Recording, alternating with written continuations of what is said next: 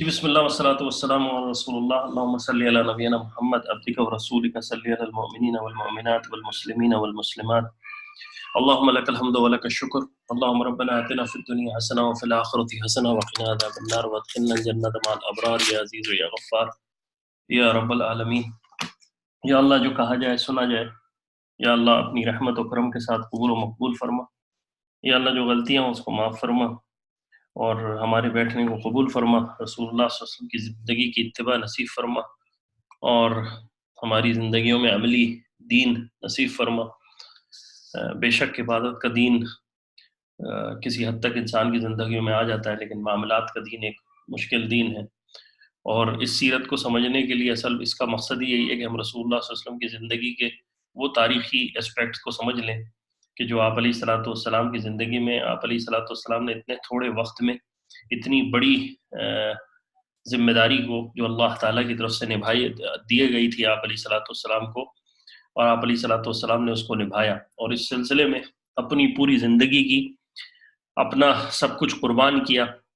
حتیٰ کہ آپ کی جو گھر آپ کو چھوڑنا پڑا، اپنا بار چھوڑنا پڑا۔ آج اس سلسلے کا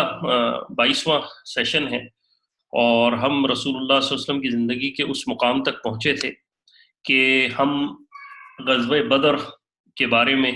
ڈسکس کر رہے تھے، اور پچھلی دفعہ غزوہ بدر کے لیے ہم نے، کیونکہ وہ سیشن طویل ہو گیا تھا، تو ہم نے غزوہ بدر کے سیشن کو 2 حصوں میں پھر بریک کر دیا، اور ہم یہاں تک پہنچے تھے کہ اللہ سبحانہ و تعالیٰ کی طرف سے مسلمانوں کو پہلے جو ہے وہ ایک ٹیسٹ مسلمانوں پر آیا، اور مسلمانوں کو پہلے جو ہے وہ جگہ جو تھی وہ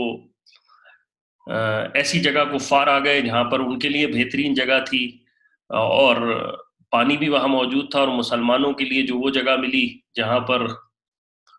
جو جگہ تھی وہ پلین بھی نہیں تھی،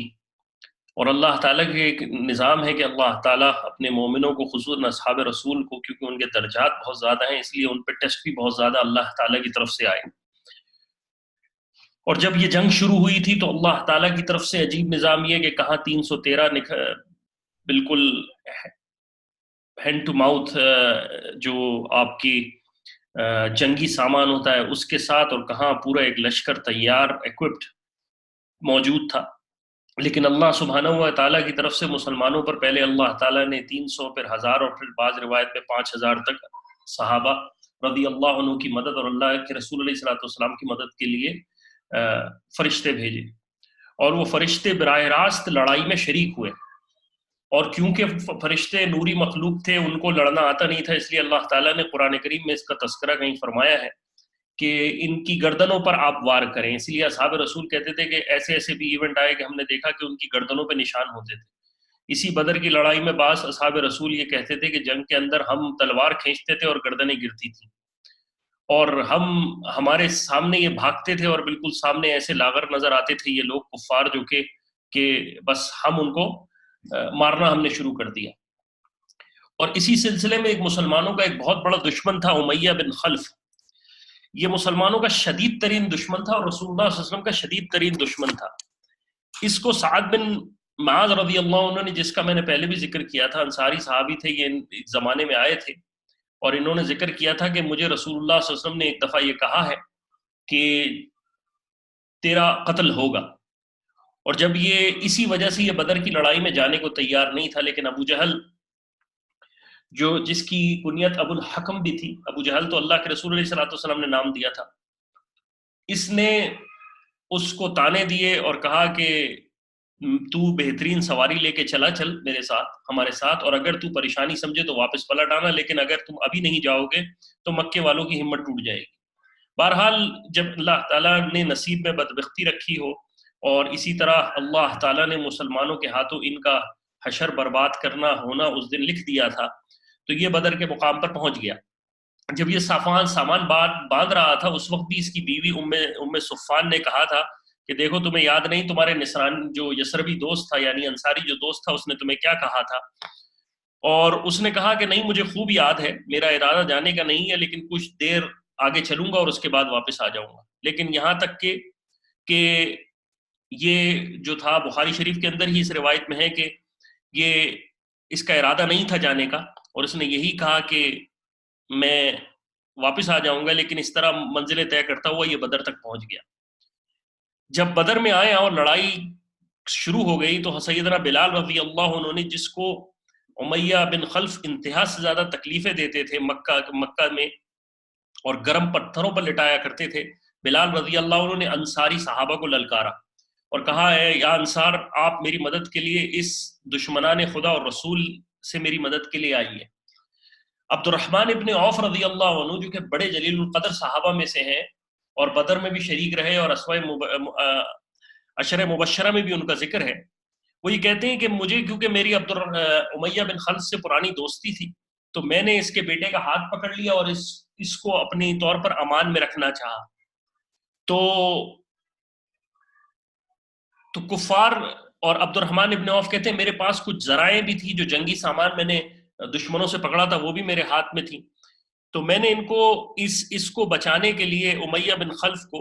ان کو زمین پر ڈال دیا اور امیہ بن خلف کے بیٹے کا ہاتھ پکڑ لیا، اور بلال نے جب آواز دی کہ پکڑو اس کفار کو اور اس کو نہ چھوڑو، تو انصار صحابی جو تھے وہ دوڑے اور عبد الرحمن ابن عوف نے سب سے پہلے امیہ بن خلف کے بیٹے کو آگے کر دیا، جس کو امیہ بن خلف کے بیٹے کو انصار مدینہ نے قتل کر دیا۔ اس کے بعد امیہ بن خلف کے اوپر عبد الرحمن ابن عوف کہتے ہیں میں ان کے اوپر لیٹ گیا، لیکن انصاریوں کی یہ حالت تھی کہ وہ پیروں کے نیچے سے تلواریں چلا کر امیہ بن خلف کو قتل کر دیا، اور اس سلسلے میں عبد الرحمن ابن عوف کا زخم بھی پیروں میں آ گیا اور مدتوں تک ان کا زخم باقی رہا۔ اور بخاری کے اندر ہے کہ عبد الرحمن ابن عوف فرمایا کہتے تھے خدا تعالیٰ بلال پر رحم فرمائے، میری زریں بھی گئیں، یعنی جو میں نے جمع کی تھی دشمنان سے وہ بھی میرے ہاتھ سے گئیں اور میرے قیدی بھی ہاتھ سے چلے گئے، یعنی ان کو وہ قتل بھی ہوئے اور میری زریں جو میں نے پکڑی تھیں جنگ کے اندر وہ بھی چلی گئیں۔ جب یہ جنگ اپنے فل بلون مطلب ایک بالکل ایک پیک پر پہنچنے والی تھی، تو سب سے پہلے ہم نے ذکر کیا تھا کہ 3 حضرات نکلے تھے اور ان کا قتل ہو گیا تھا، جس میں حضرت حمزہ رضی اللہ عنہ اور علی رضی اللہ عنہ اور ایک عبیدہ رضی اللہ عنہ بھی تھے، یہ بوڑھے عمر میں زیادہ تھے، یہ زخمی ہو گئے تھے دوسرے شخص کو جو کفار مکہ تھا اس کو مارنے کے اس میں ان کی ٹانگ پہ زخم آیا تھا، اور جب جنگ غزوہ بدر کے واپسی پر صفرہ کے مقام پر ان کی شہادت نصیب ہوئی اور ان کو وہیں دفن کر دیا گیا۔ اسی درمیان میں عبد الرحمن ابن عوف رضی اللہ عنہ کہتے ہیں کہ میں بدر میں کھڑا تھا اور میرے برابر میں 2 جوان لڑکے موجود تھے، جو اصل میں ایک کا نام، یہ دونوں بھائی تھے، ایک کا نام معاذ تھا اور ایک کا نام معوذ تھا، یہ دونوں جوان بچے تھے۔ عبد الرحمن ابن عوف کہتے ہیں میں نے دل میں سوچا کہ یہ دونوں میرے بچے میرے ساتھ ہیں، کاش میرے برابر میں جوان لوگ ہوتے۔ یہ دونوں بچے جو تھے وہ انہوں نے عبد الرحمن ابن عوف سے کہا کہ اے ہمارے چچا، آپ ہمیں کیا ابو جہل کے بارے میں بتا سکتے ہیں کہ وہ کون ہیں؟ کیوں ہم نے سنا ہے کہ وہ رسول اللہ صلی اللہ علیہ وسلم پر بہت ظلم و ستم کرتا تھا، اور قسم ہے اس ذات کے پاک کی جن کے قبضے میں ہماری جان ہے، اگر اس کو دیکھ پاؤں تو میرا سایہ مجھ سے جدا نہ ہوگا یہاں تک کہ ہم اس کو موت کی مقدر کی نیند نہ سلا دیں۔ عبد الرحمن ابن عوف کہتے ہیں جب میں نے ان نوجوانوں کی ہمت اور ان کا یہ ولولہ دیکھا تو مجھے وہ جو غم پہلے لگا تھا کہ میرے برابر میں شاید کوئی بڑے لوگ ہوتے وہ جاتا رہا، اور یہی ہوا کہ جب ابو جہل، اچھا اس سے پہلے تھوڑا سا اور بات ابو جہل کے بارے میں کر لیتے ہیں کہ ابو جہل نے، ہم نے پچھلی بھی طور پر دیکھا تھا کہ جب یہ 3 بڑے لوگ قتل ہو گئے اور اس میں ساتھ ساتھ ایک شیطان بھی غزوہ بدر میں شریک تھا، سراقہ بن مالک کی شکل بنا کر، اور اس نے کہا تھا کہ دیکھو میں تمہارے ساتھ ہوں اور تم ہمت سے کام لو، لیکن جب شیطان نے ملائک کو دیکھا تو وہ اس کو اندازہ ہو گیا کہ یہ جنگ اب نہیں جیتی جا سکتی، تو وہ وہاں سے بھاگا، اور جب مکے والے واپس لوٹ کے پٹ پٹا کے قتل ہو کے واپس پہنچے تو انہوں نے سراقہ بن مالک کو دیکھا تو انہوں نے کہا کہ یہ تجھ پر خدا تعالیٰ اپنا قہر نازل کرے، تو ہمیں چھوڑ کر واپس آ گیا۔ تو اس نے سراقہ بن مالک نے کہا کہ میں تو آج تک گیا ہی نہیں وہاں، میں تو تمہارے ساتھ بدر میں شریک ہی نہیں تھا. تو روایت میں یہی موجود ہے کہ اصل میں شیطان جو تھا وہ سراقہ بن مالک کے شکل کے ساتھ آیا تھا، اور جب اس نے ملائک کو دیکھا، کیونکہ ملائک نوری مخلوق تھیں اور شیطان ان کو جانتا تھا، تو وہ جو تھے وہ اس وجہ سے وہاں سے بھاگ گیا. بہرحال جو ابو جہل تھا اس نے وہاں پر لات اور عزا کی قسمیں کھائیں اور اللہ سے دعا کی کہ اللہ تعالیٰ جو حق پر ہو اس کو فتح دے. اور اس کے ساتھ ساتھ اللہ کے رسول علیہ الصلوۃ والسلام اس پر اللہ تعالیٰ نے قرآن کریم کی سورہ انفال میں قرآن کی آیتیں نازل فرمائی اور جواب دیا کہ تم اگر فتح طلب کرتے تھے تو دیکھ لو تمہارے سامنے فتح آ گئی. اب اگر آئندہ باز آ گئے تو تمہارے لیے بہتر ہے، اور اگر تم پھر کرو گے تو پھر ہم یہی کریں گے، اور تمہاری جماعت ذرہ برابر تمہارے کام نہ آئے گی، اگرچہ وہ جماعت کتنی ہی تعداد میں زیادہ ہو، تحقیق اللہ تعالیٰ ایمان والوں کے ساتھ ہے. اسی طرح ابن عباس رضی اللہ عنہ سے مروی ہے کہ ابو جہل کی دعا کے بعد رسول اللہ صلی اللہ علیہ وسلم نے ہاتھ اٹھائے اور کہا اے میرے پروردگار، خدا نہ خواستہ یہ جماعت ہلاک ہو گئی تو تیری زمین پر تیرا نام لینے والا کوئی نہ ہوگا. ایک طرف رسول اللہ صلی اللہ علیہ وسلم دعا میں مشغول تھے اور ایک طرف جو گمسان کی لڑائی چل رہی تھی. اسی درمیان میں ان دونوں بچوں نے جن کے بارے میں میں نے ذکر کیا، معاذ اور معوذ، انہوں نے ابو جہل کو دیکھ کر اس پر حملہ کیا اور اس کی جو سواری پہ جہاں گھوڑے پہ بیٹھا ہوا تھا اس کے پیروں پر حملہ کیا اور اس کے پیروں کو زخمی کر کے گرا دیا. اکرمہ رضی اللہ عنہ جو کہ ابو جہل کے بیٹا تھے لیکن اس وقت تک مسلمان نہیں ہوئے تھے، جب انہوں نے یہ دیکھا کہ ان کے باپ پر ان دونوں بچوں نے حملہ کیا ہے اور اس کو زخمی شدید کر دیا ہے، تو اکرمہ رضی اللہ عنہ نے ان میں سے ایک بچے کو زخمی کر دیا اور پھر بعد میں ان کی شہادت ہوئی. اور اس طرح سے ان دونوں نوجوانوں نے حملہ کیا کہ یہ ابو جہل جو تھا وہ بالکل ادھمرا ہو گیا، یعنی کہ آلموسٹ ڈیڈ ہو گیا. اللہ تعالیٰ کی طرف سے یہ عجیب نظام ہوا کہ یہ جنگ پھر گمسان کی لڑائی شروع ہوئی اور اللہ سبحانہ و تعالیٰ نے جبریل کو بھیجا اور جبریل نے اللہ کے رسول علیہ الصلوۃ والسلام سے کہا یا رسول اللہ آپ اپنے ہاتھ میں مٹی لیں اور کفار کی طرف پھینک دیں. اور اس کا ذکر اللہ سبحانہ و تعالیٰ نے قرآن کریم میں سورہ انفال میں کیا، اور نہیں پھینکی وہ مشت خاک آپ نے، یعنی آپ علیہ الصلوۃ والسلام نے، جس وقت کہ آپ نے پھینکی لیکن اللہ نے پھینکی. یعنی اللہ کے رسول علیہ الصلوۃ والسلام کو جبریل علیہ الصلوۃ والسلام نے حکم دیا کہ اللہ کے رسول آپ اس مٹی کو پھینکیے، اور اس مٹی کی وجہ سے ایک عجیب معجزہ یہ ہوا کہ کفار جتنے تھے ان کی آنکھوں میں ایک اندھیرا سا چھا گیا، ایک ان کے سامنے ایک ویزیبلٹی بالکل کلیئر نہیں رہی، اور ان کو تعداد میں بھی ایک خوف آنے لگا اور ایک گھبراہٹ اور وحشت کی کیفیت ان پر ثابت ہو گئی. اور اس کے بعد مسلمانوں نے کفار کا قتل کرنا شروع کیا، یعنی بڑے بڑے اصحاب رسول جو تھے انہوں نے بڑے بڑے کفار کے جو لیڈران تھے اور اس وقت کے بڑے تھے ان کو مارنا اور قتل کرنا شروع کیا. اور تیزی سے جب کفار قتل ہو رہے تھے اس کے ساتھ ساتھ مسلمانوں نے قیدیوں کو پکڑنا شروع کیا. رسول اللہ صلی اللہ علیہ وسلم جو کہ اپنے ایک جگہ پر موجود تھے اور آپ علیہ الصلوۃ والسلام کے محافظ سعد بن معاذ رضی اللہ عنہ جو کہ دروازے پر آپ علیہ الصلوۃ والسلام کی حفاظت کے لیے مامور تھے، انہوں نے دیکھا کہ جب صحابہ قریش کو گرفتار کر رہے ہیں تو ان کو یہ بات بری گزری. کیونکہ ان کو یہ چاہتے تھے کہ اللہ کے رسول علیہ الصلوۃ والسلام کی یہ ہمارے جو مسلمان بھائی ہیں آج ان کفر و شرک کو نیست و نابود کر دیں. یعنی سعد رضی اللہ عنہ کی خواہش یہ تھی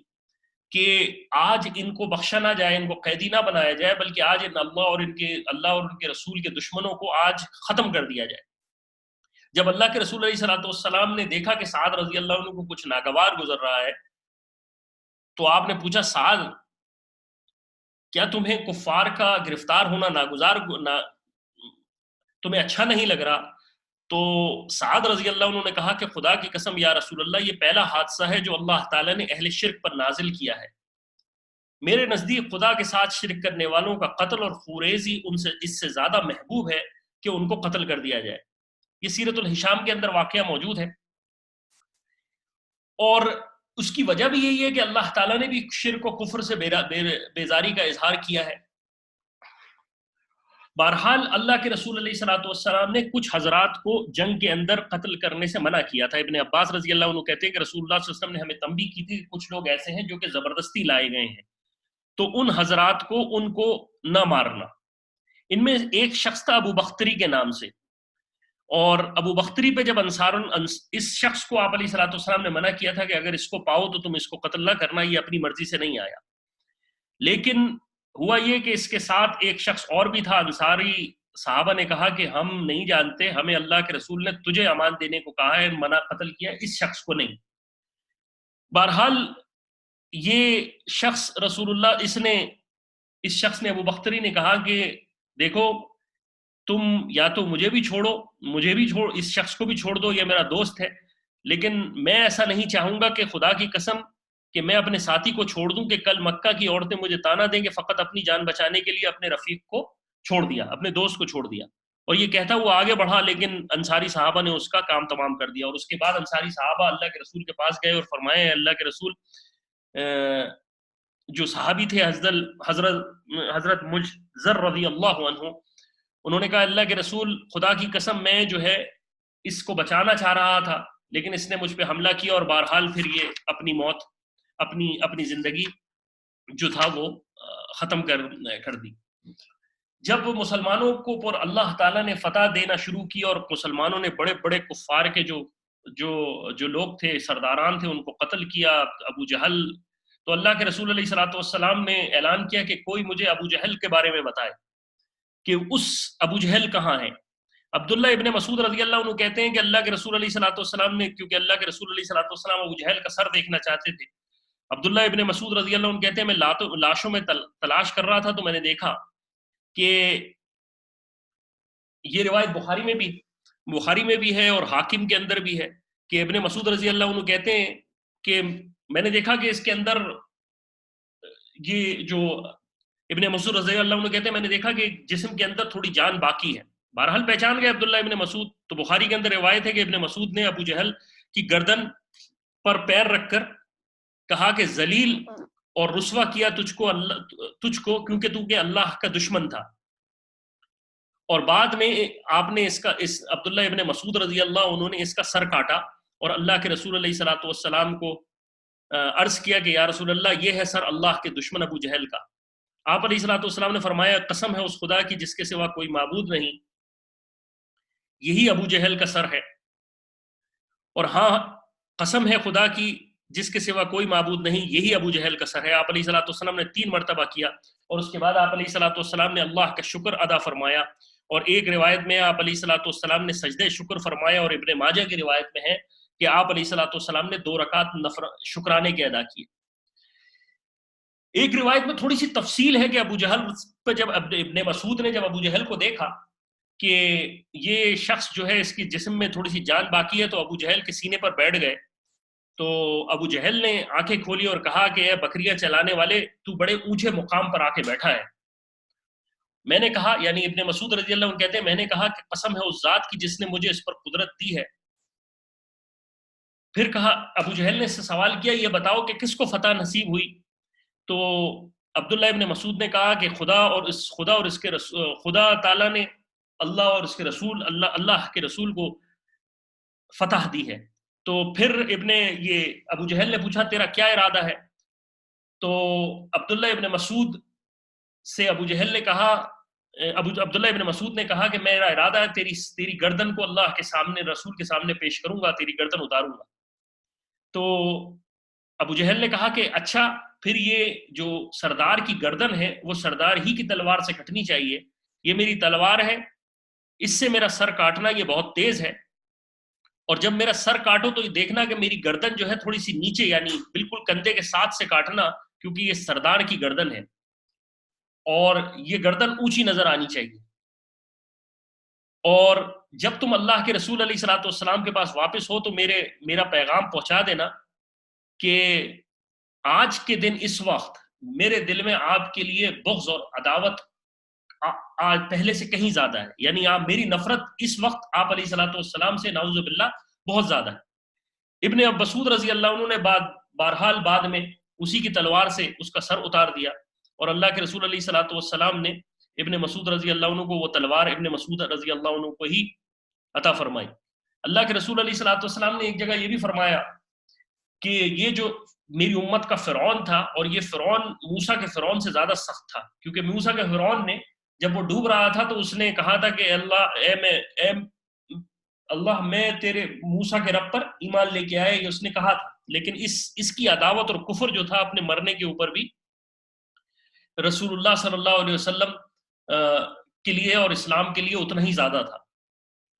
اب سوال یہ پیدا ہوتا ہے کہ ابن مسعود رضی اللہ عنہ سے اللہ تعالیٰ نے ابن مسعود رضی اللہ، آپ سوچیں کہ کفار کا اتنا سخت لیڈر، لیکن اللہ سبحانہ و تعالیٰ نے ایک بالکل ابن مسعود چونکہ ایک انتہا سے زیادہ نرم، بالکل جن کے اندر کسی چیز کا غنا سے پاک ہو، جن کے اندر تکبر نہ ہو، بالکل کمزور، ابن مسعود رضی اللہ عنہ کے بارے میں ایک دفعہ درخت پہ چڑھے ہوئے تھے تو ان کی پنڈلیاں اتنی کمزور تھیں کہ صحابہ رضی اللہ عنہ دیکھ کر ہنسنے لگے، تو اللہ کے رسول علیہ الصلوۃ والسلام نے کہا مطلب کہ اتنے کمزور تھے، اور اللہ تعالیٰ نے اتنے کمزور انسان سے ان کا سر اس اللہ اور اس کے رسول اور اسلام کے دشمن کا سر اتروایا۔ ابن مسعود رضی اللہ عنہ کی ایک اور خاصیت یہ ہے کہ ابن عباس رضی اللہ عنہ سے مروی ہے کہ ایک رات رسول اللہ صلی اللہ علیہ وسلم نے جنات سے ملاقات کرنے کا ارادہ کیا، تو آپ علیہ الصلوۃ والسلام نے فرمایا میرے ساتھ آج وہ شخص چلے جس کے دل میں ذرا برابر بھی تکبر نہ ہو، یعنی وہ اس بات کو نہیں سہ سکے گا جس کے دل میں ذرا برابر بھی تکبر ہو۔ اور اس کے بعد ابن مسعود رضی اللہ عنہ کھڑے ہوئے اور پھر رسول اللہ صلی اللہ علیہ وسلم کے ساتھ چلے۔ یہ ابن مسعود رضی اللہ عنہ کی ایک خصوصیت تھی۔ اس سے آگے اگر ہم چلیں تو جس کا میں نے ذکر کر دیا، تو تقریباً جو کفار جو تھے اسی جنگ کے اندر تقریباً جو ہے وہ کم و بیش 70 جو قریش کے سرداران تھے وہ گرفتار ہو گئے، اور اتنے ہی تقریباً جو ہے وہ قتل ہو گئے۔ امیہ بن خلف جو تھا، اس کی جو لاش تھی وہ پھول گئی تھی، اور ذرا سے یہ بالکل ذرا کے اندر ڈھکا چھپا تھا، تو وہاں سے نکل نہیں رہی تھی، تو اس کے ٹکڑے ٹکڑے کر دیے گئے اور وہیں مٹی میں دبا دی گئی۔ اسی طرح جب عتبہ بن ربی کی لاش کو ایک یہ بھی کفار مکہ میں سے تھا، ان کی لاش کو کنویں میں ڈالے جانے لگا، تو ان کے بیٹے تھے ابو حذیفہ رضی اللہ عنہ، ان کے چہرے پر ایک دکھ تھا، تو اللہ کے رسول علیہ الصلوۃ والسلام نے فرمایا میرے صحابی تم اپنے باپ کی وجہ سے دکھی ہو، تو ابو حذیفہ رضی اللہ عنہ کہنے لگے یا رسول اللہ میں اس قتل کی وجہ سے دکھی نہیں ہوں، سے دکھی اس بات پہ ہوں کہ میرا باپ بڑا بردبار اور بڑا سمجھدار انسان تھا، شاید اگر وہ مجھے رنج ہی ہے کہ آج یہ کفر پہ مر گیا ہے۔ ابو رسول اللہ صلی اللہ علیہ وسلم نے ابو حذیفہ رضی اللہ عنہ کے لیے دعائے خیر فرمائی، یعنی ابو حذیفہ رضی اللہ عنہ کے لیے دعائے خیر فرمائی اور کچھ کلمات کہے۔ اس کے بعد جو مقتولین بدر تھے، یعنی قتل ہو گئے تھے، ان کو ایک جو کنواں تھا بیکار کنواں، اس کے اندر سب کو ڈال دیا گیا، اور جو کہ نہیں ڈال سکے ان کو ایک جگہ وہیں دفنا دیا گیا۔ رسول اللہ صلی اللہ علیہ وسلم کا معمول یہ تھا کہ 3 دن جب کسی جگہ حملہ ہوتا تھا یا کسی جگہ رہتے تھے تو جنگ کے بعد کم و بیش 3 دن وہاں 3 دن قیام کرتے تھے، اور اس کے بعد 3 دن آپ پھر وہیں رہے، اس کے بعد پھر اپنے آپ نے جو لباس تھا جنگی وہ پہنا، اور آپ نے واپسی کی سفر، آپ صحابہ سے کہا کہ واپسی نکلیں، اور پھر آپ جب نکلے وہاں سے تو آپ نے اسی کنویں کی طرف پہنچے اور کنویں کے اوپر بآواز بلند کہا کہ یا عتبہ یا شیبہ یا امیہ یا ابی جہل، سب کا ایک ایک کا نام لے کے پکارا، اور کہا کہ تم کو یہ اچھا نہ معلوم ہوا کہ اللہ اور اس کے رسول کی اطاعت کرو، جس چیز کا رب نے ہمارے لیے وعدہ کیا تھا ہم نے اس کو حق پایا، کیا تم نے بھی اپنے رب کے وعدے کو حق پایا؟ یہ بخاری کی روایت ہے۔ اے گڑے والوں، تم اپنے نبی کے حق میں بہت برا قبیلہ تھے، تم نے مجھے جھٹلایا اور لوگوں نے میری تصدیق کی، تم نے مجھے نکالا اور لوگوں نے مجھے ٹھکانہ دیا، تم نے مجھ سے قتال کیا اور لوگوں نے میری مدد کی، امین کو خائن بتلایا اور صادق کو کاذب کہا، اللہ تعالیٰ تم کو بری جزا دے۔ یا آپ علیہ الصلوۃ والسلام نے وہاں کنویں پر بد دعا دی۔ بخاری اور مسلم کی روایت میں عمر رضی اللہ عنہ نے عرض کیا یا رسول اللہ آپ ان بے جان لاشوں سے کلام کرتے ہیں؟ تو اللہ کے رسول علیہ الصلوۃ والسلام نے فرمایا قسم ہے اس ذات کی جس کے قبضے میں رسول اللہ صلی اللہ علیہ وسلم کی جان ہے، میرے کلام کو تم سے زیادہ یہ لوگ سنتے ہیں مگر وہ جواب نہیں دے سکتے۔ اسی احادیث کی بنا پر جمہور صحابہ اور تابعین کا یہی مسلک ہے کہ جو میتیں ہیں وہ سن لیتی ہیں۔ بہرحال اسی درمیان میں ایک واقعہ یہ بھی آتا ہے کہ اس جنگ میں عبداللہ بن ابی بکر رضی اللہ عنہ، رسول اللہ سے ابو بکر کے بیٹے جو تھے، وہ بھی اس جنگ کے اندر شریک تھے، اور یہ جو بیٹے تھے یہ رسول اللہ صلی اللہ علیہ وسلم یہ جنگ میں یہ کفار کے ساتھ تھے، اس وقت تک مسلمان نہیں ہوئے تھے۔ عبد الرحمن ابن ابی بکر، میں نام میں غلطی کر رہا ہوں، یہ جو صحابی کا نام ہے یہاں پر، یہ عبداللہ ابن عبد الرحمن ابن ابی بکر رضی اللہ عنہ، اور یہ عبد الرحمن ابن ابی بکر رضی اللہ عنہ یہ جو تھے یہ مسلمان نہیں ہوئے تھے، اور بڑے مشہور تیر انداز تھے۔ جب اللہ کے رسول جب جنگ ہو گئی اور پھر بعد میں ان کو اللہ تعالیٰ نے اسلام کی جو اللہ سبحانہ و تعالیٰ نے اسلام کی ان سے نوازا، اسلام کو دین سے ان کو ہدایت ملی، تو انہوں نے کہا یار اپنے باپ سے کہنے لگے، بڑا مشہور واقعہ ہے اور 2-3 واقعے اور بھی ہیں اس جنگ کے حوالے سے، وہ یہ کہ انہوں نے اللہ کے رسول ابو بکر سے کہا، اللہ میرے بابا آپ کو یاد ہے کہ جب غزوہ بدر ہوئی تھی تو ایسی بہت دفعہ موقع آئے کہ آپ میری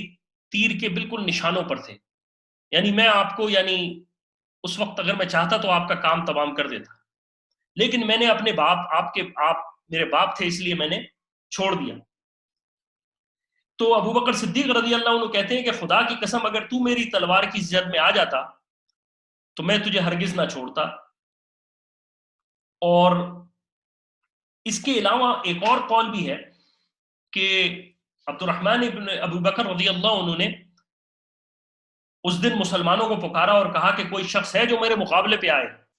تو اس پر ابو بکر صدیق رضی اللہ عنہ اپنے بیڑے کے مقابلے کے لیے آگے بڑھے۔ اللہ کے رسول علیہ الصلوۃ والسلام نے غزوہ بدر پہ اپنے ابو بکر کو روکا اور کہا، اے ابو بکر تمہاری جان ہمارے لیے قیمتی ہے، کیا تمہیں معلوم نہیں کہ تم میری آنکھوں اور کان کی حیثیت رکھتے ہو؟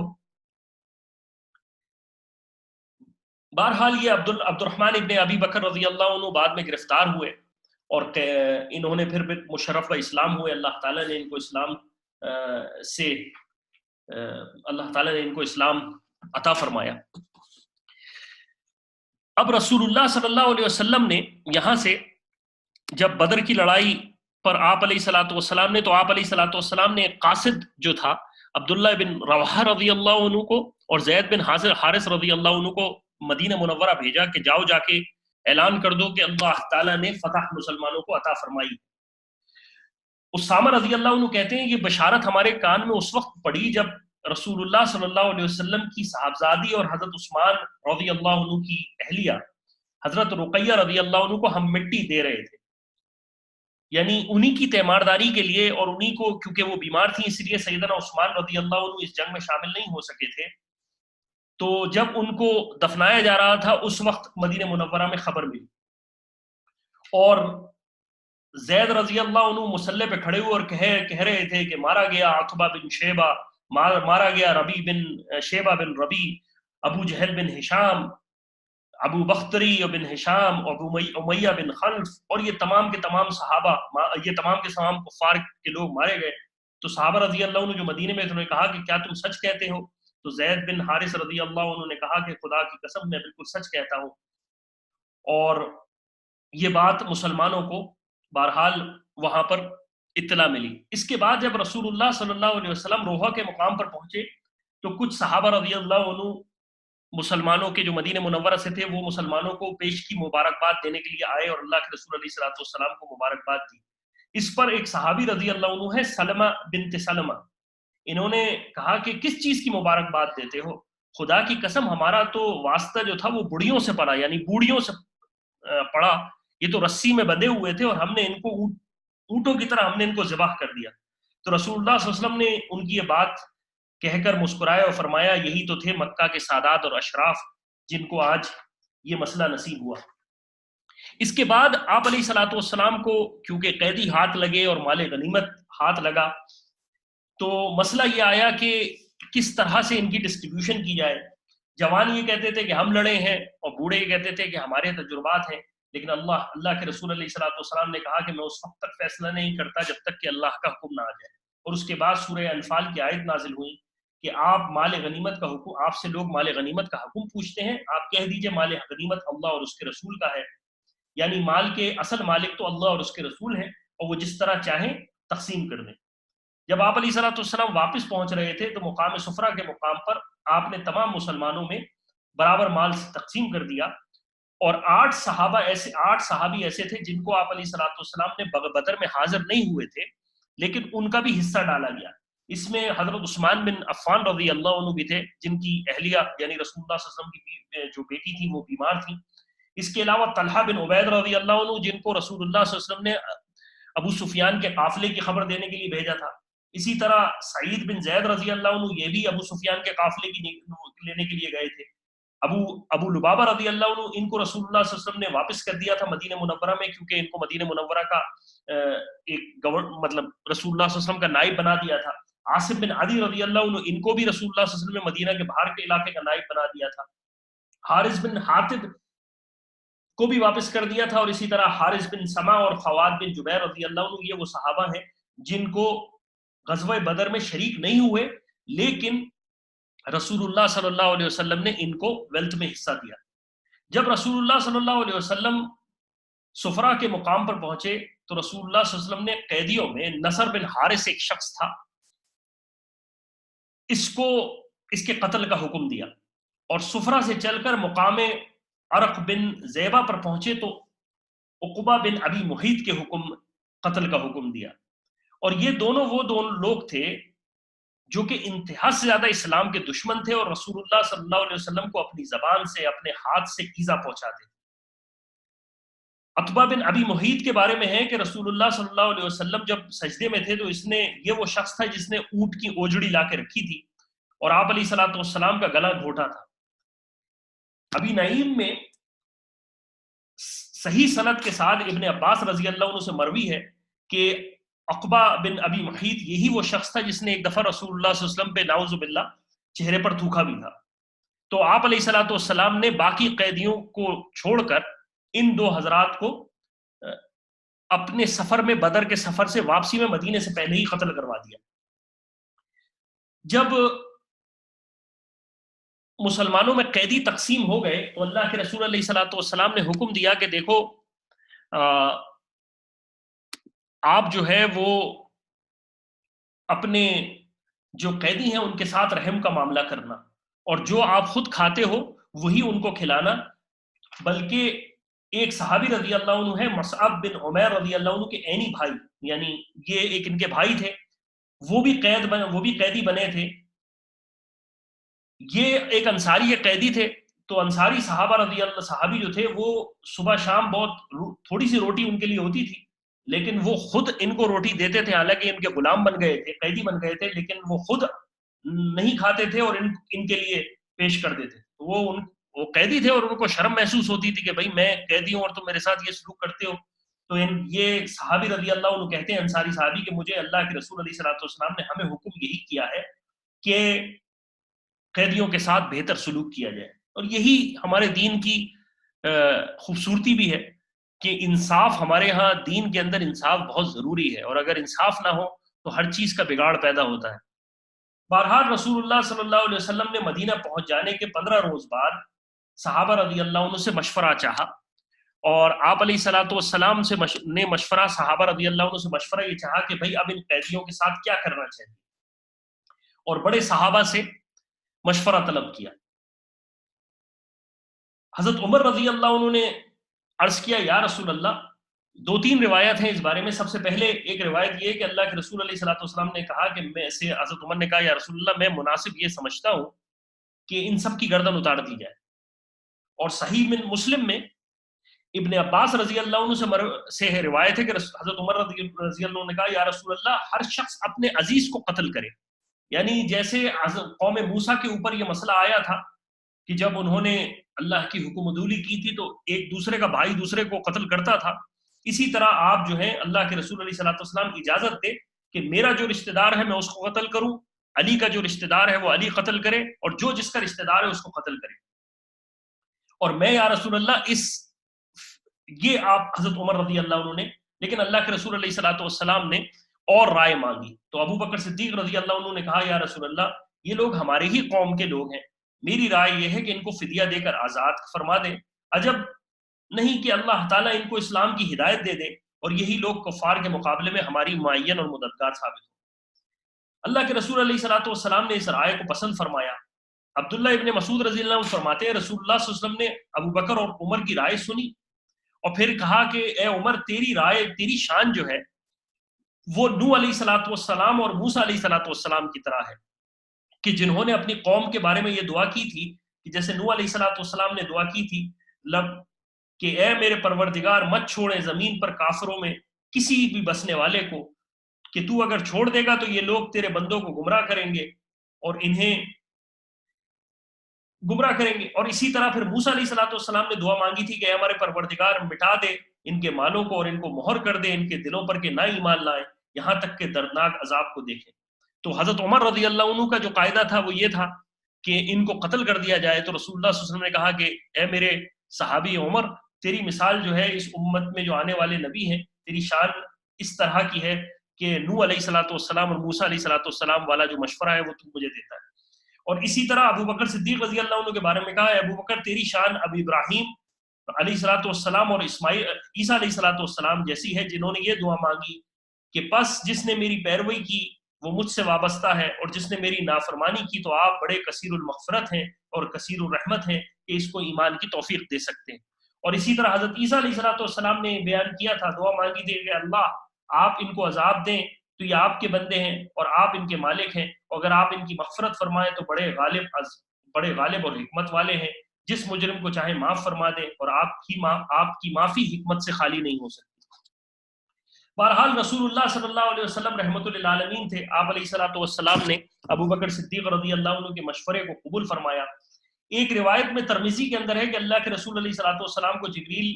نے آ کر یہ کہا کہ اللہ نے آپ کو اختیار دیا ہے کہ آپ اپنے صحابہ سے مطلب جو فیصلہ کریں، چاہے تو وہ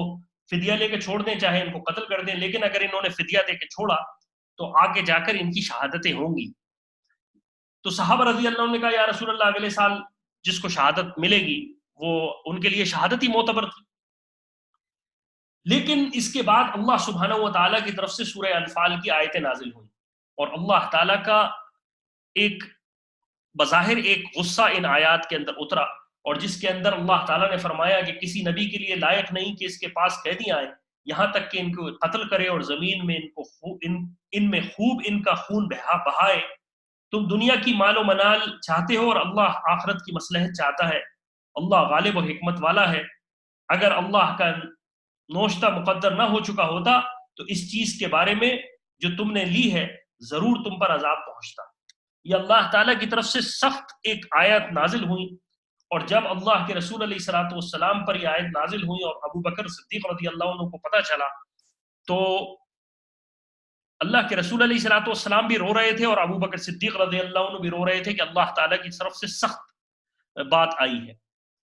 دیکھیے بس مسئلہ یہ تھا کہ اللہ کے، جیسے میں نے کہا کہ ایک روایت میں کہ اللہ تعالیٰ نے اختیار دے دیا، اصل میں اختیار نہیں تھا، یہ منشا اللہ کی یہ تھی کہ میں نے اختیار دیا، لیکن چاہت اللہ کی یہ تھی کہ آج ان کفار کو ختم کر دیا جائے. جیسے اللہ نے اختیار دیا تھا نبی علیہ الصلوۃ والسلام کی بیویوں کے بارے میں بھی قرآن کی آیت نازل ہو کہ اگر آپ دنیا کی متاع اور جان چاہتے ہیں تو آپ چھوڑ دیں اللہ کے رسول علیہ الصلوۃ والسلام کو، لیکن اللہ کی چاہت نہیں تھی اور نہ انہوں نے چھوڑا.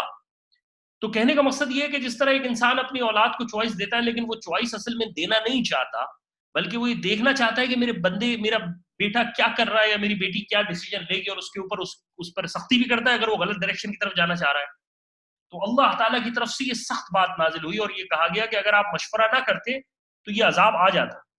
اور اللہ کے رسول علیہ الصلوۃ والسلام اور ابو بکر رو رہے ہیں. عمر رضی اللہ عنہ پہنچے تو آپ نے پوچھا کہ یا رسول اللہ کیوں رو رہے ہیں؟ تو آپ علیہ الصلوۃ والسلام نے فرمایا تیرے ساتھیوں پر فدیہ لینے کی وجہ سے من جانب اللہ کا عذاب پیش کیا گیا، اس وجہ سے روتا ہوں. میرے سامنے یہ عذاب درختوں تک مدینے کے آ چکا تھا. اور ایک روایت میں اللہ کے رسول علیہ الصلوۃ والسلام نے فرمایا عمر اور سعد، یعنی وہ سعد رضی اللہ عنہ جو کہ جنگ میں رسول اللہ صلی اللہ علیہ وسلم کے پہرے دار تھے، ان کے علاوہ کوئی بھی اس عذاب سے نہیں بچ سکتا. اور اللہ تعالیٰ کی طرف سے سخت اس بارے میں اللہ کے رسول علیہ الصلوۃ والسلام اور مسلمانوں پر وعید آئی کہ اللہ تعالیٰ کی طرف سے چاہت یہ تھی کہ اللہ تعالیٰ ان کفار کو قتل کر دیا جائے. بہرحال کیونکہ مشورہ ہوا تھا اس لیے اللہ تعالیٰ نے اس عذاب کو اس کو تنبیہ کی گئی قرآن میں. اس کے بعد یہ مسئلہ پیش آیا کہ ان کفار مکہ کے ساتھ کیا کیا جائے، تو کہ کتنا فدیہ لیا جائے. تو پھر یہ رائے آئی کہ 1000 سے لے کر 4000 درہم تک جس کے پاس جتنی مالیت ہے وہ فدیہ دے دیا جائے گا، اور جو لوگ نادار ہیں اور جو لوگ نہیں کر سکتے ان کو ایسے ہی چھوڑ دیا جائے گا. اور یہ بھی شرط لگائی کہ جو لوگ لکھنا پڑھنا جانتے ہیں وہ مسلمانوں کے 10 بچوں کو لکھنا پڑھنا سکھائیں گے اور پھر آزاد کر دیا جائے گا. اور اسی صورت میں زید بن ثابت رضی اللہ عنہ نے اسی جنگ کی وجہ سے لکھنا پڑھنا سیکھا. اسی جنگ کے اندر ایک کفار کے اندر ایک شخص تھا ابو عزہ بن عمر بن عبداللہ بن عثمان. اس کے پاس استطاعت نہیں تھی. یہ رسول اللہ صلی اللہ علیہ وسلم کی خدمت میں حاضر ہوا اور کہا یا رسول اللہ آپ کو معلوم ہے کہ میرے پاس میں نادار ہوں اور آپ مجھ پر احسان فرمائیے.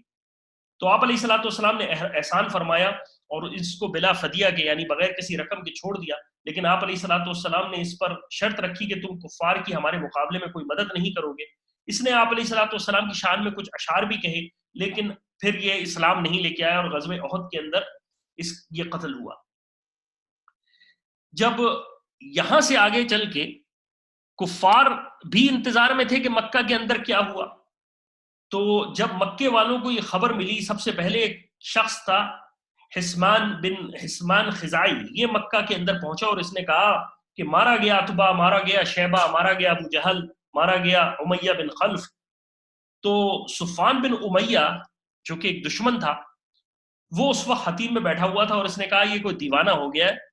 اس سے پوچھو کہ میں کہاں بیٹھا ہوں، یعنی صفوان بن امیہ کہاں ہے. تو یہ شخص جب آیا تو لوگوں نے پوچھا کہ اچھا تم یہ بتاؤ کہ صفوان بن امیہ کہاں ہے. تو اس شخص نے کہا، حسمان نے کہا کہ صفوان بن امیہ تو یہ بیٹھا حرم کے حتیم کے اندر، اور خدا کی قسم میں نے اپنی آنکھوں سے اس کے بھائی اور اس کے باپ کو قتل ہوتے دیکھا ہے. ابن عباس رضی اللہ عنہ کہتے ہیں کہ ابو رافع نے بیان کیا کہ عباس رضی اللہ عنہ کا گھرانہ جو تھا وہ مکے میں اسلام تو پہنچ چکا تھا لیکن وہ اسلام کو چھپائے ہوئے رکھے ہوئے تھے. جب ان کو یہ خبر ملی تو وہ دل میں بہت خوش تھے. اسی درمیان میں زمزم کے سائبان کے نیچے بیٹھے ہوئے تھے اور وہ کہتے ہیں کہ سیدہ ام فضل رضی اللہ عنہ کی سیدہ ام فضل بھی وہیں تھی. تو ابو لہب آ گیا اور لوگوں نے کہا کہ بھئی ابو سفیان بن حارث یہ سامنے سے آتا ہوا نظر آ رہا ہے، اس سے پوچھو کہ کیا حالات ہوئے. یہ یاد رکھیں یہ ابو سفیان وہ ابو سفیان نہیں ہے جو کہ ابو سفیان رضی اللہ عنہ مکے جو کہ قافلہ لے گئے تھے، یہ دوسرے ابو سفیان ہے. تو ابو سفیان کو ابو لہب نے پوچھا اور کہا کہ یہ بتاؤ کہ تم بدر سے آ رہے ہو، کیا حال ہوا. تو ابو سفیان بن حارث کہتے ہیں کہ خدا کی قسم خبر نہیں، مگر یہ قوم کہ ہم ایسے قوم کے مد مقابل تھے کہ جس کا مقابلہ کرنا ہمارے بس میں نہیں تھا، اور ہمارے نہ قیدی، ہم بس قتل ہو رہے تھے اور قید ہو رہے تھے، اور ہمارے لیے خدا کی قسم سفید گھوڑوں والے پر سوار تھے جو آسمان اور زمین کے درمیان ملحق تھے، اور وہ ہمارے اور ان کے درمیان کوئی چیز چھوڑتی نہیں تھی، یعنی ہمارے لیے ان سے مقابلہ کرنا ناممکن تھا. اور یہی شخص کہتا ہے کہ ابو رافع کہتے ہیں کہ میں کہتا ہوں کہ خدا کی قسم یہ فرشتے تھے. یہ سنتے ہی ابو لہب کو اتنا غصہ چڑھا کہ یہ ابو سفیان بن حارث کے اوپر چڑھ گیا اور اس کو مارا بھی کہ تو یہ اتنی غلط بات کرتا ہے. ام فضل وہاں بیٹھی ہوئی تھی، انہوں نے کھڑے ہو کر ایک ستون، ایک ڈنڈا لے کر ابو لہب کے سر پر مارا جس سے اس کے سر زخمی ہو گیا، اور اس نے کہا کہ تم اس پر ظلم کرتے ہو. بہرحال ابو لہب پر ایک ہفتہ نہیں گزرا تھا کہ ابو لہب بھی ایک عجیب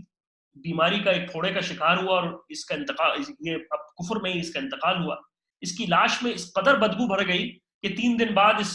اس کے بیٹوں نے گڑھے کے اندر کھدوا کر اس کی لاش کو دبوا دیا. اب جب پورے قریش کو یہ پتا چلا کہ یہ مکہ کے اندر تو یہ کوحرام، مکہ کے قریش والوں کے لیے تو ایک کوحرام مچ گیا، تو مکہ کے اندر 1 مہینے تک تو وہ اپنا سوگ مناتے رہے. اور اس کے بعد لوگوں نے وہاں سمجھایا، مکے والوں نے کہا کہ دیکھو اگر تم اپنے لوگوں کے بارے میں ابھی زیادہ تم رو گے کرو گے تو اللہ کے رسول علیہ الصلوۃ والسلام زیادہ فدیہ مانگیں گے، اس لیے کوئی فدیہ دینے کے لیے آگے نہ بڑھے. لیکن اس کے باوجود ایک شخص تھا مطلب بن ابی وعدہ، مطلب بن ابی ودعا یہ شخص تھا، یہ 4000 درہم لے کے خاموشی کے ساتھ قریش سے مدینہ چلا گیا اور اپنے باپ کو ابو دعا کو لے کے آ گیا۔ اس کے بعد یہ سلسلہ شروع ہو گیا کہ ہر کوئی اپنا قیدی لینے کے لیے جا کے قیدی چھڑوانا شروع کر دیے۔ ان قیدیوں میں ایک اور شخص تھا سہیل بن عمر کے نام سے، یہ انتہا سے زیادہ بہترین زبان والے تھے اور انتہا سے زیادہ فصاحت اور بلیغ ان کی زبان تھی۔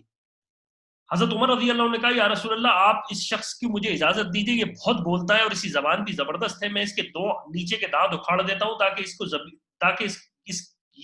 یہ اس کے بعد آپ کے خلاف زبان نہ استعمال کر سکے۔ اللہ کے رسول علیہ الصلوۃ والسلام نے کہا کہ میرے صحابی چھوڑ دو، اللہ تعالیٰ تمہیں ان کے بارے میں خوشی کی خبر دیں گے۔ بعد میں یہی ہوا کہ یہ آگے جا کے مسلمان ہوئے۔ انہی قیدیوں میں ابو سفیان کا بیٹا بھی تھا، ابو سفیان جو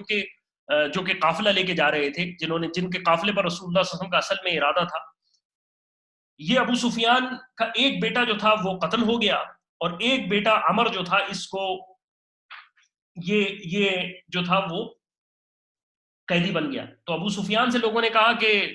تم اپنے بیٹے کو فدیہ دے کے چھڑا لو، تو ابو سفیان نے کہا ایک قتل ہو گیا اور ایک کو میں چھڑواؤں، یعنی ایک میرا ضائع ہو چکا ہے اور ایک کا فدیہ دوں، میں فدیہ نہیں دوں گا۔ اسی اصلا میں ایک انصاری صحابی تھے سعد بن نعمان، یہ مدینہ منورہ سے مکہ کے لیے عمرہ کرنے کے لیے آئے، تو ابو سفیان نے ان کو پکڑ لیا اور انہی کو پکڑنے کی بیس پر ان سے ایک ایکسچینج کر کے اپنے بیٹے کو حنظلہ کو حاصل کر لیا۔ رسول اللہ صلی اللہ علیہ وسلم کی جو بیٹی جو کہ رسول اللہ صلی اللہ علیہ وسلم کی ان کے شوہر یعنی رسول اللہ صلی اللہ علیہ وسلم کے داماد ابو العاص بن ربی جو تھے، یہ بھی جو تھے وہ اسی جنگ کے اندر جو جنگ تھی اسی میں قید ہوئے۔ یہ حضرت زینب رضی اللہ عنہ کے شوہر تھے۔ جب یہ قیدی بنے تو اللہ کے رسول علیہ الصلوۃ والسلام کی بیٹی جو زینب رضی اللہ عنہ تھی، انہوں نے وہ ہار جو کہ جو رسول اللہ صلی اللہ علیہ وسلم کی اہلیہ حضرت خدیجہ رضی اللہ عنہ نے یعنی اپنی بیٹی کو دیا تھا ان کی شادی کے اوپر، اپنے شوہر کو چھڑوانے کے لیے وہ فدیے میں دیا۔ تو اللہ کے رسول علیہ الصلوۃ والسلام نے جب وہ ہار دیکھا تو اللہ کے رسول علیہ الصلوۃ والسلام کے آنکھوں سے آنسو آ گئے حضرت خدیجہ کے لیے، اور پوری جو اس وقت صحابت کی جماعت تھی وہ بھی شرمندہ ہو گئی کہ ہم نے اللہ کے رسول علیہ الصلوۃ والسلام کے داماد کو غلام قیدی بنا لیا۔ بہرحال ان کو چھوڑ دیا گیا اور وہ ہار بھی اللہ کے رسول علیہ الصلوۃ والسلام کو واپس کر دیا گیا۔ لیکن حضرت زینب رضی اللہ عنہ کیونکہ مکہ کے اندر تھی، انہوں نے یہ ہار بھجوایا تھا وہاں پر، اللہ کے رسول علیہ الصلوۃ والسلام نے ابو العاص سے کہا کہ دیکھو تم میری بیٹی کو یہاں بھیج دو اس شرط پر۔ بہرحال انہوں نے اللہ کے رسول علیہ الصلوۃ والسلام کی بات مانی اور اپنی بیوی حضرت زینب رضی اللہ عنہا کو ایک شخص تھا کنانہ کے ساتھ واپس مدینہ منورہ کی طرف بھیجا۔ جب وہ بھیجنے کے لیے جا رہی تھی تو مکے میں علل اعلان ان کو بھیجا جا رہا تھا، تو ابو سفیان کو برا لگا۔ ابو سفیان نے ان کی بیٹی اللہ کے رسول علیہ الصلوۃ والسلام کی بیٹی حضرت زینب رضی اللہ عنہ کو روک لیا اور کہا کہ دیکھو تمہیں جانا ہے لیکن علل اعلان نہ جاؤ، اس سے ہماری اور تکلیف ہوتی ہے۔ آپ تو پھر اس لیے جو شخص کنانہ تھا وہ اللہ کے رسول علیہ الصلوۃ والسلام کی بیٹی کو واپس مکہ لے آیا اور پھر 3 دن بعد خاموشی سے یہ رات کو نکلی۔ جب اللہ کے رسول علیہ الصلوۃ والسلام کو پتہ چلا کہ زینب رضی اللہ عنہ کو مکہ سے مدینہ آ رہی ہیں، تو اللہ کے رسول نے حضرت زید بن حارث اور ایک انصاری صحابی کو بھیجا کہ جائیں جا کے وہاں سے ان کو ریسیو کر لیں۔ تو درمیان سے بطن، جب یہ لوگ بطن یا جج کا ایک مقام ہے درمیان میں، وہاں پہنچے تو وہاں پر کنانہ کی ان تمام اصحاب رسول سے ملاقات ہوئی اور کنانہ یہاں سے اللہ کے رسول علیہ الصلوۃ والسلام کو دے کر واپس چلے گئے۔ اللہ کے رسول علیہ الصلوۃ والسلام کی یہ حضرت زینب رضی اللہ عنہ رسول اللہ صلی اللہ علیہ وسلم کے پاس تھی۔ ایک آگے جا کے ابو العاص رضی اللہ عنہ بعد میں فتح مکہ سے پہلے مسلمان ہوئے۔ یہ اللہ کے رسول علیہ الصلوۃ والسلام یہ فتح مکہ سے پہلے ایک تجارتی قافلہ لے کے جا رہے تھے، پھر مسلمانوں نے حملہ کیا اور اس زمانے میں سارا قافلہ ان سارا سامان لے لیا۔ یہ اللہ کے رسول علیہ الصلوۃ والسلام مدینہ چھپ کے آ گئے اور اپنی بیوی حضرت زینب رضی اللہ عنہ کے پاس آئے اور کہا کہ مجھے امان چاہیے، میری امانتیں مجھے چاہیے، مطلب اپنا آگزاری کی۔ فجر میں اللہ کے رسول علیہ الصلوۃ والسلام نماز پڑھا رہے تھے، یہ بالکل بعد کے واقعہ ہے، بدر کے بالکل فتح مکہ سے پہلے کا واقعہ ہے۔ تو حضرت زینب رضی اللہ عنہ نماز پڑھانے کے بعد کہا کہ میں نے اپنے شوہر ابو العاص کو امان دی۔ اللہ کے رسول علیہ الصلوۃ والسلام نے صحابہ سے فرمایا کہ کیا تم اس آواز کو سنتے ہو؟ صحابہ نے کہا یا رسول اللہ بالکل سنتے ہیں۔ اللہ کے رسول علیہ الصلوۃ والسلام نے فرمایا خدا کی قسم مجھے بھی اس سے پہلے نہیں پتا تھا، اور ہر مسلمان چاہے وہ ادنا ہو یا اعلیٰ، اس کو حق حاصل ہے کہ وہ کسی کو امان دے سکے۔ اس کے بعد اللہ کے رسول علیہ الصلوۃ والسلام کی جو بیٹی تھی حضرت زینب رضی اللہ عنہ، آپ نے کہا کہ بیٹا اپنے شوہر کا خیال رکھو، لیکن اس سے مطلب تنہائی اختیار نہ کرو، کیونکہ یہ کافر ہے اور مشرک ہے۔ بہرحال اللہ کے رسول علیہ الصلوۃ والسلام کے رشتے کی نسبت سے تمام صحابہ نے جو مال تھا وہ واپس کر دیا۔ ابو العاص رضی اللہ عنہ کے دل میں دین کی محبت آ چکی تھی، یہ قریش کو بہرحال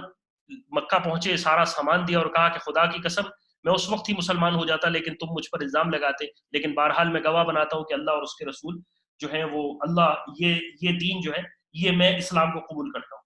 بدر کی لڑائی میں ایک قیدی رسول اللہ صلی اللہ علیہ وسلم کے چچا عباس رضی اللہ عنہ کے قید ہوئے، اور ان کو ایک انصاری صحابی کعب بن عمر رضی اللہ عنہ نے گرفتار کیا۔ اللہ کے رسول علیہ الصلوۃ والسلام سے انہوں نے کہا یا رسول اللہ ایک شخص نے میری مدد کی، یہ بہت عباس رضی اللہ عنہ بہت اونچے ڈول ڈال کے تھے، تو اللہ کے رسول نے پوچھا کہ تم نے کیسے ان کو پکڑا؟ تو اللہ کے رسول صلی اللہ علیہ وسلم سے ان صحابی نے کہا یا رسول اللہ مجھے ایک شخص نے میری مدد کی جس کو میں نہیں جانتا تھا، یعنی وہ فرشتہ تھا۔ اللہ کے رسول علیہ الصلوۃ والسلام نے فرمایا میرے صحابی دراصل وہ فرشتہ تھا جس نے تیری مدد کی۔ بہرحال اللہ کے رسول علیہ الصلوۃ والسلام کو صحابہ نے عرض کیا کہ یا رسول اللہ آپ چاہیں تو ہم ان کو ایسے ہی چھوڑ دیتے ہیں، آپ کے چچا ہے، لیکن اللہ کے رسول علیہ الصلوۃ والسلام نے کہا کہ فدیہ دے کر ان کو چھوڑنا۔ عباس رضی اللہ عنہ اللہ کے رسول اللہ صلی اللہ علیہ وسلم فرمایا کے پاس آئے اور کہا یا رسول کہ اے اللہ کے رسول، اے میرے بھتیجے،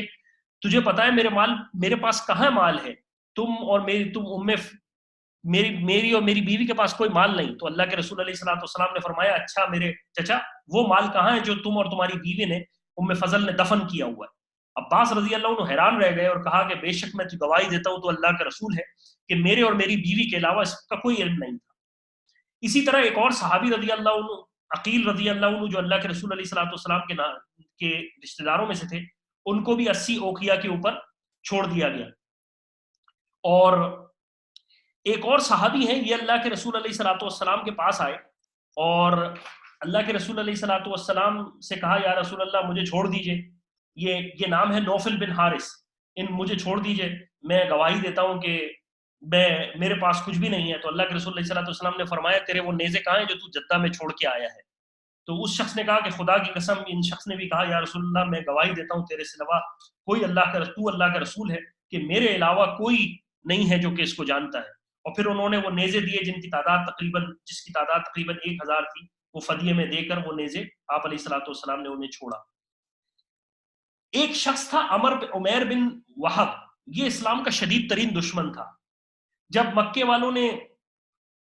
یہ سب قتل عام ہو چکا اور بدر کے اندر، تو ایک دن عمیر بن وہب اور صفوان بن امیہ حتیم میں بیٹھے ہوئے تھے اور کہنے لگے کہ خدا کی قسم آج اب زندگی کا مزہ نہیں رہا، آج سردار مکہ قتل ہو چکے ہیں،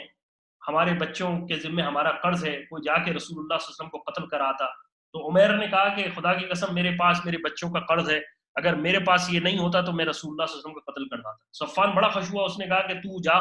تیرا قرض اور تیرے اہل و عیال کی خبرگیری میں کروں گا، تو جا اور تو اللہ کے رسول کو نعوذ باللہ قتل کر گیا۔ اسی درمیان میں اللہ کے رسول اسی صفوان نے اس کو تلوار دی جو کہ زہر میں بجھائی ہوئی تھی۔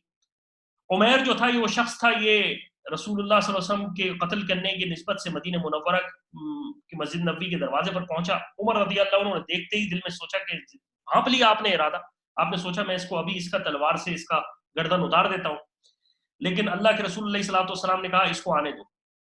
آپ نے پوچھا عمیر تم کس لیے آئے ہو؟ آپ نے کہا اللہ کے رسول میں اپنے قیدی چھڑانے آیا ہوں۔ آپ علیہ الصلوۃ والسلام نے کہا سچ کہو، اپنا ارادہ بتاؤ، تم کیا کرنے آئے ہو؟ تو اس نے کہا یا رسول اللہ میں تو اپنا قیدی چھڑانے آیا ہوں۔ پھر عمیر سے اللہ کے رسول نے فرمایا پھر تیری وہ بات جو صفوان کے ساتھ تو نے حتیم میں بیٹھ کے مشورہ کیا تھا وہ کیا تھا؟ عمیر تو گھبرا گیا، اس کی وجہ یہ کہ یہ تو دو لوگوں کے درمیان کی بات تھی، اور کیسے ایک شخص کو اس شخص کا علم ہو سکتا ہے۔ وہ اللہ کے رسول علیہ الصلوۃ والسلام کے پاس فرمایا یا رسول اللہ میں نے قتل کا ذمہ لیا تھا کہ میرے اس صفوان نے قتل کا، کہ میں اگر قتل کر دیتا ہوں تو وہ میرے گھر والوں کا اور میرے قرض کا ذمہ لے گا، اس لیے میں آیا ہوں، اور میں گواہی دیتا ہوں خدا کی قسم کہ میں اللہ اور اس کے رسول، آپ اللہ کے رسول ہیں، کیونکہ میرے علاوہ اور صفوان کے علاوہ اس بات کا علم کسی کو نہیں تھا۔ بہرحال یہ مسلمان ہوئے، اللہ کے رسول علیہ الصلوۃ والسلام نے ان کی قیدی چھوڑ دیے، اور پھر اس شخص نے کہا کہ اللہ کے رسول علیہ الصلوۃ والسلام سے کہ یا رسول اللہ آپ مجھے اجازت دیں میں مکے میں جا کے تبلیغ کروں۔ صفوان جو تھا وہ مکے میں بڑا خوش تھا، اس نے کہا کہ میں تم سب کو ایک بڑی خوشخبری سنانے والا ہوں کہ کچھ دن میں عمیر جو ہے وہ اللہ کے رسول علیہ الصلوۃ والسلام کا قتل نعوذ باللہ کر کے آئے گا۔ لیکن اللہ تعالیٰ کو عجیب ہی بات چلانی تھی، اور اللہ سبحانہ و تعالیٰ نے ان کو مشرف باسلام کیا۔ فضائل کے اندر بدر کے اندر عجیب بات یہ ہے کہ بدر کے صحابہ کے بارے میں اللہ تعالیٰ نے عجیب یہ بات اتاری کہ بدر والوں کے تمام گناہ معاف کر دیے گئے۔ حضرت علی رضی اللہ عنہ سے مروی ہے کہ رسول اللہ صلی اللہ علیہ وسلم نے کہ عمر رضی اللہ عنہ سے مخاطب ہو کر فرمایا کہ تحقیق اللہ نے اہل بدر کی طرف نظر فرمائی اور کہہ دیا کہ وہ جو چاہے کریں جنت تمہارے لیے واجب ہو چکی۔ بخاری شریف کے اندر ہے یہ بات۔ اسی طرح جابر رضی اللہ عنہ کہتے ہیں کہ جو شخص بدر میں حاضر ہوا وہ ہرگز جہنم میں داخل نہیں ہوگا۔ یہ وہ تمام احوال تھے جو کہ بدر کے اندر پیش آئے، اور بدر کے اندر مسلمانوں کی مدد اللہ تعالیٰ نے میکائیل کے ساتھ، اسرافیل کے ساتھ، جبریل کے ساتھ، میکائیل کے ساتھ کروائی۔ اور بدر میں بڑے کچھ صحابہ جو کہ 13-14 صحابہ مسلمانوں کے شہید ہوئے، اس میں عبیدہ بن حارث تھے، عمیر بن ابی وقاص تھے، اور عاقل بن جبیر تھے۔ میں اس کی تفصیل تھوڑی بھیج دوں گا، ان کے نام میرے پاس موجود ہیں۔ بہرحال اللہ سبحانہ و تعالیٰ نے مسلمانوں کو فتح دی، اور اسی درمیان میں ایک یہودی عورت تھی جو رسول اللہ صلی اللہ علیہ وسلم کے بارے میں بڑے برے برے اشعار کہتی تھی۔ یہ جب ایک صحابی رضی اللہ عنہ تھے عمیر بن عدی، انہوں نے قسم کھائی کہ اگر رسول اللہ صلی اللہ علیہ وسلم مدینہ منورہ فتح یاب ہو کے واپس آ گئے تو میں اس عورت کو قتل کر دوں گا۔ اور یہ نابینا صحابی تھے۔ جب اللہ کے رسول علیہ الصلوۃ والسلام کی خبر ملی کہ اللہ کے رسول صلی اللہ علیہ وسلم مدینہ منورہ میں اللہ نے فتح یاب فرمایا، تو عمیر رضی اللہ عنہ ایک رات کو نکلے، نابینا تھے، گھر میں اس عورت کے داخل ہوئے، اور یہ اپنے بچوں کو لے کے سوئی ہوئی تھی۔ اس کے بچوں کو الگ کیا، اور اس کے بعد اس کے سینے پر تلوار رکھ کے نیچے اتار دی، اور اس کو قتل کر دیا۔ اور صبح فجر کی نماز میں آ کے حاضر ہوئے اور فرمایا یا رسول اللہ، میں نے اللہ کے رسول علیہ الصلوۃ والسلام پر جو برا کہتی تھی اس عورت کا میں نے آج کام تمام کر دیا ہے، کچھ مذائقہ تو مجھ پر نہیں ہے؟ آپ علیہ الصلوۃ والسلام نے فرمایا نہیں ہے، بلکہ آپ علیہ الصلوۃ والسلام فرمایا اس بارے میں تو دو بھیڑیں بھی آپس میں نہیں ٹکرائیں گی۔ یعنی اتنا تو نے صحیح کام کیا ہے، حق کام کیا ہے کہ جو نبی پر تان دے، جو نبی کو برا کہے، اس کو قتل کرنے کا ایسا تو نے بہترین کام کیا ہے کہ اس پر جانور بھی لڑ نہیں سکتے۔ اور اس کے بارے میں اللہ کے رسول علیہ الصلوۃ والسلام نے اس کے بارے میں، یہ وہ عورت تھی جو کہ اصل میں اپنا غلط جو ناپاکی کے ایام ہوتے تھے اس میں اپنا جو خون تھا وہ لا کے مسجد میں ڈال دیا کرتی تھی کپڑے۔ اسی طرح اللہ کے رسول علیہ الصلوۃ والسلام نے حضرت عمیر بن عدی کو کہا کہ یہ شخص کو نابینا مت کہا کرو، یہ اس کو اللہ تعالیٰ نے دل کی آنکھیں عطا فرمائی ہے کہ یہ دل سے دیکھتا ہے کہ اس نے اللہ کے رسول علیہ الصلوۃ والسلام کی محبت میں اس عورت کو قتل کیا جو کہ اللہ کے رسول علیہ الصلوۃ والسلام کے لیے اور اسلام کے لیے بغض رکھتی تھی۔ ایک دفعہ جب عمیر بن عدی رضی اللہ عنہ بیمار ہوئے تو اللہ کے رسول اللہ صلی اللہ علیہ وسلم نے فرمایا کہ مجھے میرے بھائی کی عیادت کے لیے لے چلو، نابینا بھائی کی عیادت کے لیے۔ بہرحال یہ وہ احوال ہیں جو کہ غزوہ بدر کے تھے، اور غزوہ بدر میں کم و بیش مسلمانوں کے 14 صحابہ شہید ہوئے،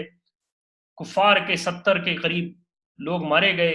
اور 70 جو ہے وہ گرفتار ہوئے، اور مسلمانوں کو اللہ تعالیٰ نے بڑی شہادت نصیب فرمائی۔ اس بارے میں جو کچھ بھی میں نے لیا اس میں سب سے زیادہ جو بات کی میں نے وہ سیرت المصطفیٰ مولانا ادریس کاندیلوی رحمہ اللہ علیہ کی کتاب سیرت المصطفیٰ سے لیا۔ اس کے علاوہ بہت کچھ غزوات النبی جو کہ علامہ حلبی کی کتاب ہے اس سے لیا گیا، اور یہ سب کچھ غزوہ بدر کے بارے میں انشاءاللہ اللہ نے چاہا تو پھر اب آگے والے معرکوں کا اور مدنی زندگی کا بیان آئے گا۔ اور اب اس کے بعد جو نئی مسلمانوں پہ صورتحال، جو مسلمانوں کے غزوات ہوئے اور مدینہ میں جو حالات آئے غزوہ بدر کے بعد، اس کی اوپر مزید بات ہوگی۔ اور کفار کی جو پلاننگ تھی کہ ابو سفیان کو دل ڈوبتا تھا کہ اتنے مسلمان کفار شہید ہو گئے، قتل ہو گئے، اور مسلمانوں کو جو ہے وہ کامیابی ملی، تو اس کا بدلہ لینا بھی ان کے دلوں میں شامل تھا، اس کا بھی انشاءاللہ تذکرہ ہوگا۔ اللہ تعالیٰ مجھے اور آپ کو عمل کی توفیق عطا فرمائے، جو بات کہی گئی اس پر کوئی غلط بات ہو گئی ہو تو اس پر مواخذہ نہ فرمائے، اور اللہ تعالیٰ اس جو بھی چھوٹی موٹی محنت ہو رہی ہے اس کو اپنی رحمت سے قبول فرمائے، اور اللہ تعالیٰ آپ کا بیٹھنا قبول فرمائے، آپ کو دنیا اور آخرت کی تمام کامیابیاں نصیب فرمائے، اور ہمیں رسول اللہ صلی اللہ علیہ وسلم کا قرب محشر کے میدان میں نصیب فرمائے۔ انشاءاللہ اگلی دفعہ پھر مزید اس سلسلے کو آگے چلیں گے۔ امید یہی ہے کہ انشاءاللہ 12 سے 15 سیشن کے اندر باذن الرحمن یہ پورا جو سلسلہ ہے وہ اپنے اختتام کو پہنچے گا، اور پھر انشاءاللہ اللہ نے زندگی دی تو پھر آگے اس کو کچھ رکھیں گے۔ آپ حضرات سے بھی دعاؤں کی درخواست ہے۔ اصل میں پچھلے ہفتے مجھے کچھ فیملی کا تقاضا تھا، میری اہلیہ کی طبیعت ٹھیک نہیں تھی، اس لیے آپ حضرات سے میں نے معذرت کی، اور انشاءاللہ کوشش کریں گے اگر اگلے ہفتے ہی ہم سیشن کر لیں تو اگلے ہفتے ہی انشاءاللہ کر لیں گے۔ اللہ تعالیٰ آپ کو اور آپ کا بیٹھنا قبول فرمائے۔ والسلام علیکم ورحمۃ اللہ وبرکاتہ۔